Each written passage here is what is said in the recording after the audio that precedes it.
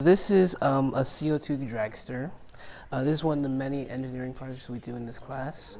This uses CO2 as a power source, and then we use a CAD program to design it. But before that, we had to research about cars in general and how the specifications is for this project. So then we designed this CAD program called Whitebox, and then we build it ourselves from the materials provided in this white box.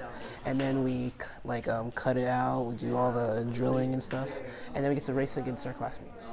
It's gonna be a little different because of human error. Like here, it's like pretty much perfectly done, but here, it's like human error is gonna mess it up a little bit. So it's gonna be slightly different from this. I like that we get to work as a team to do one big project, and seeing our project worked well is just one of the best parts for me. For this class specifically, we had to get interviewed. We had to present an experiment to a panel of people, just teachers and our mentor, and then we had to present what our experiment is all about, and then they ask questions, and then we have to answer them about our own experiment. They see how we present this experiment, and then we get chosen for the best ones. I love it. I get to present to kids either my own age or younger and getting interested about STEM-related fields.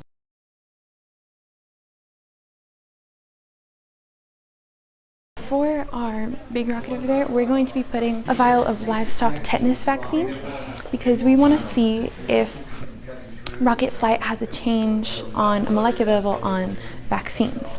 Because if there was a long-term mission or someone got exposed to the bacteria, then we would need to get them the vaccine as quickly as possible.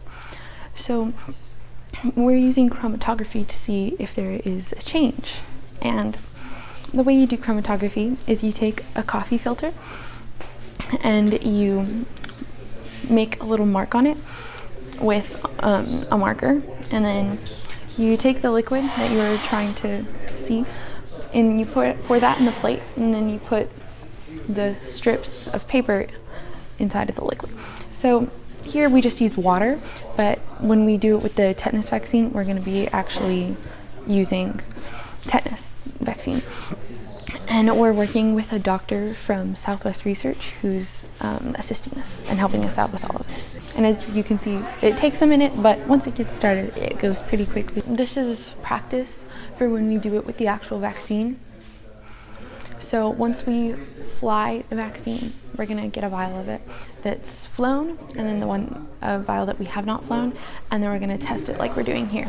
This year, what will stick with me most probably is the presentation skills that Ms. Thomas has taught us, because we've had to do a bunch of outreach events, and during those we've had to teach, and you learn a lot about how to speak to other people and what to say or how to say it, I like being a part of this school because there's a small number of people per grade. There's only 100 of us, and it's really nice because you can bond well with people and you can become like a family. And on this team we spend a lot of time together, and so we're all really good friends, and you get really good presentation skills and really good life skills overall from here.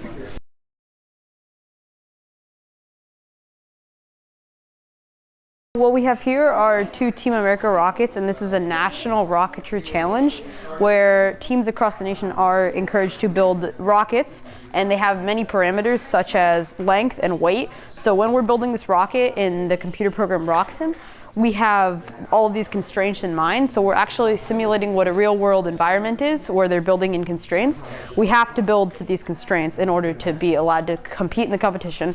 But the ultimate goal is to achieve an altitude of 800 feet and to fly within 43 to 46 seconds, I believe. And based on that, you will be scored and you can win huge prizes and stuff like that. What's the competition? It's called a Team America Rocketry Challenge.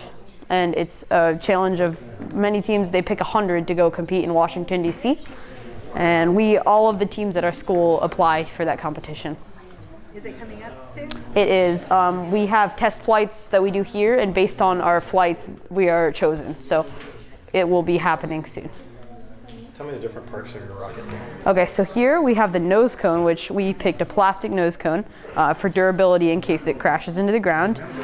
These are body tubes, so it's just cardboard that's cut and assembled. We have 2 of those, and this separates to deploy the parachute, which is located inside of here, along with the fire blanket, which the parachute's not attached right now. And we have the fins, and then this is the motor retainer, which clamps down on the motor to keep it from flying out once it's burnt. What motor do you use?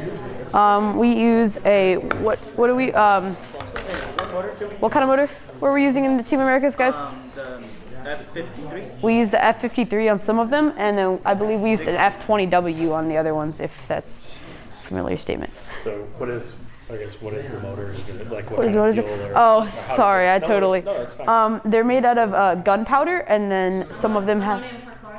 Okay, if we're using it correct. Sorry. And in the top they have a black powder charge, correct? And that will launch out the parachute from here. And so once the motor is burnt through all of its fuel, this charge ignites and pushes the parachute out of the rocket and pushes the rocket apart so the rocket can glide down to the ground safely. And then this over here is clay, which is used to make the rocket go less high, lose altitude, because again, we're trying to get it to 800 feet. And if it goes too high, you got to put clay in it to make it go less high. What do you like most about this class? I love the teamwork aspect of it and presentation. For me, I really see my skills improving on presentation. Like when I was a 6th grader, I had no way to talk to anybody. I was like, no, I would not like to stand up and talk, but now I'd happily do it. And I'm seeing all of these benefits that will help me in the work field when I go to apply to jobs. All of the stuff I've learned in 8th grade that's going to do so much. Have you blown any up? What? Have you exploded any? I have exploded other rockets, not these, but I have exploded rockets for sure.